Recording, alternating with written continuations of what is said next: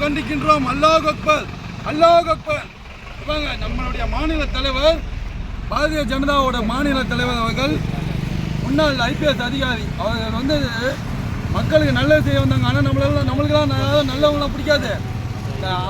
எலெக்ஷனுக்கு முந்தின நாள் ஓட்டுக்கு காசு கொடுக்குறாங்கல்ல, அவங்கள தான் நம்மளுக்கு பிடிக்கும். போலீஸ் சப்போர்ட்டோடையே சில நேரங்களில் இந்த திமுக அரசு அந்த கோயம்புத்தூரில் நாங்கள் பிரச்சாரம் பண்ணியிருக்கோம். 15 நாள் பிரச்சாரம் பண்ணியிருக்கோம். எங்களுக்கு தெரியும். போலீஸ்காரங்களே சொன்னாங்க, சில போலீஸ்காரங்க பெரிய ரெஸ்டாரண்ட்டில் ரூமை போட்டுக்கிட்டு அங்கே இருந்துக்கிட்டு எல்லாருக்கும் பணத்தை கொடுத்து பணப்பட்டுவாடா பண்ணி திமுக ஜெயிச்சது இல்லாமல் அதிமுக நம்ம பாரதிய ஜனதாவுடைய மாநில தலைவர் IPS போலீஸ் துறையை விட்டுட்டு மக்களுக்காக சேவை செய்ய வந்தால் அவர் எல்லார்கிட்டையும் கண்ணியமாக நடந்துக்கிறார். உங்களை மாதிரி நடந்துக்கிறார். ஆண்கள், பெண்கள், குழந்தைகள் எல்லார்கிட்டையும் கண்ணியமாக நடந்துக்கிறார். அந்த மாதிரி ஆளை போய் ஆடை வெட்டி நீங்கள் பண்ணுறீங்க. அது ஆட்டுக்குட்டியில் வராது, சிங்கக்குட்டி.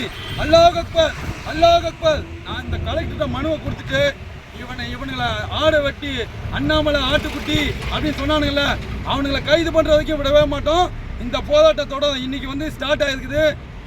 இனி வரும் காலங்களில் மாற்றுத்திறனாளிகளை வச்சோம், பெண்களை வச்சோம், முதியோர்களை வச்சோம். இதே செங்கல்பட்டு கலெக்டர் ஆஃபீஸில் நாங்கள் கண்டிப்பாக செங்கல்பட்டு கலெக்டர் ஆஃபீஸ் மட்டும் இல்லை, நாடு முழுவதும் வைக்கிறோம்.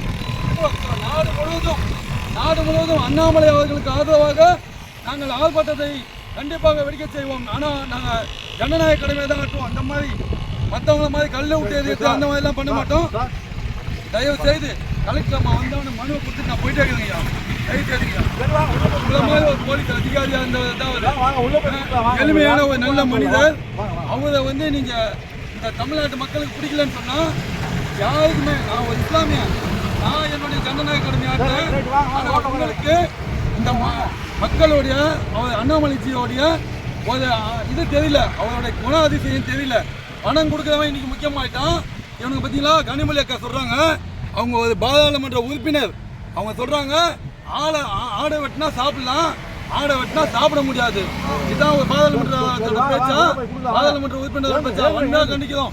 அதே மாதிரி ஐயா ஒரு நிமிஷம், அதே மாதிரி நான் ஒரு இஸ்லாமியனை சொல்கிறேன். இந்த இடத்துல ஒரு இஸ்லாமியனை போதை மருந்து கடத்த வச்சு திமுகவில் வச்சு அவனை கட்சியில் போஸ்டிங் கொடுத்து பண்ணுறாங்க. ஆனால் முஸ்லீம்களை கேவலப்படுத்துறாங்க. மற்ற மாற்று மத சகோதர சகோதரிகளை நான் தப்பாக சொல்ல, இந்து மாற்று மத சகோதரிகளும் எல்லாமே எங்களோட தொப்புள் கொடிகளை தான்.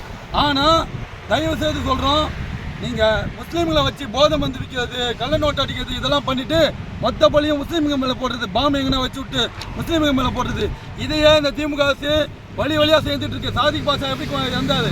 இந்த மாதிரி ஒவ்வொரு விஷயங்களையும் தோணுனா உங்களோட வண்டவாளம் தண்டவாளத்தில் வரும். மீடியா கேட்குற கேள்விங்களுக்கு உங்களால் சரிவர பதில் சொல்ல முடியல. உங்களுக்கு மீடியா கேட்குற கேள்வியே புரியல. நீங்கள் திமுக தலைவர், தயவுசெய்து இந்த காணொலியை பார்த்த உடனே நீங்கள் தயவுசெய்து உங்களோட பதவி விலகிடுங்க. அப்படிலாம் உங்களுக்கு தானியம் தான் பாரதிய ஜனதாவோட கட்சியோட நேரடியாக போட்டி போடுங்க. கூட்டணி கட்சி இல்லாமல் நாங்களும் நேரடியாக வரோம், நீங்களும் நேரடியாக போட்டி போடுங்க. உங்களால் முடிச்சதை நாங்கள் பார்த்துக்குவோம். ஓகேவா?